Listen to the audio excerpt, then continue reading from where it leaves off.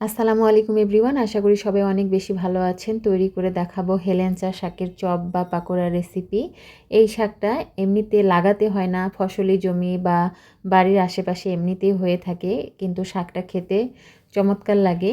আমাদের সবজি বাগানে বেশ কিছু দিন ধরেই লক্ষ্য করছিলাম শাকটা খুব ভালোভাবে বেড়ে উঠেছে, তো ভাবলাম যে আপনাদের সঙ্গে এটার পাকোড়া রেসিপিটা শেয়ার করি।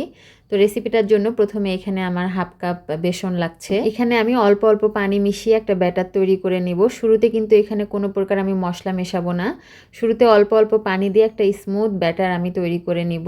এই যে দেখতে পাচ্ছেন, এরকম সিল্কি টাইপের একটা ব্যাটার আমাদের তৈরি করে নিতে হবে।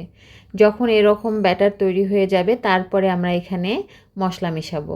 শুরুতে এখানে আমি হাফ চামচ লবণ, কোয়ার্টার চামচ হলুদের গুঁড়া, হাফ চামচ চিলি ফ্লেক্স, 1 টেবিল চামচ ধনিয়া পাতা কুচি আর কোয়ার্টার চামচ আস্ত জিরা আমি এখানে দিয়ে দিয়েছি।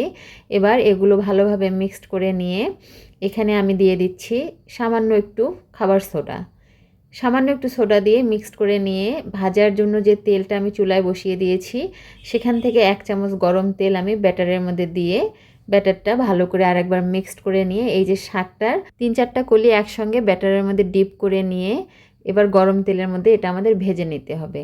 তেলটা কিন্তু খুব ভালোভাবে গরম করে নিয়ে আমাদের চপগুলো ভেজে নিতে হবে। হালকা গরম তেলে যদি আপনারা চপগুলো ছেড়ে দেন সেক্ষেত্রে চপগুলো কিন্তু তেল টেনে নেবে, সেক্ষেত্রে আর চপগুলো খেতে ভালো লাগবে না।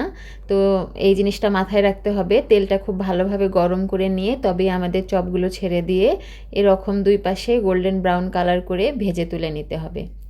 আশা করছি হেলেঞ্চা শাকের এই রেসিপিটি আপনাদের কাছে ভালোই লেগেছে। রেসিপিটি যদি ভালো লেগে থাকে তাহলে দয়া করে আমার চ্যানেলটি সাবস্ক্রাইব করে দিবেন আর ভিডিওতে লাইক কমেন্ট করে দিবেন। পরের ব্যাচটাও আমি ঠিক একইভাবে ভেজে নিয়েছি। তো এখন তো শীত পড়েছে, এরকম সন্ধ্যায় বা সকালের দিকে গরম গরম চপ খেতে কিন্তু খুব ভালোই লাগে। আশা করি একবার হলেও রেসিপিটি ট্রাই করে দেখবেন, আপনাদের অবশ্যই ভালো লাগবে। তো আজকের ভিডিও এই পর্যন্তই। সবাই অনেক বেশি ভালো থাকবেন, সুস্থ থাকবেন। আল্লাহ হাফেজ।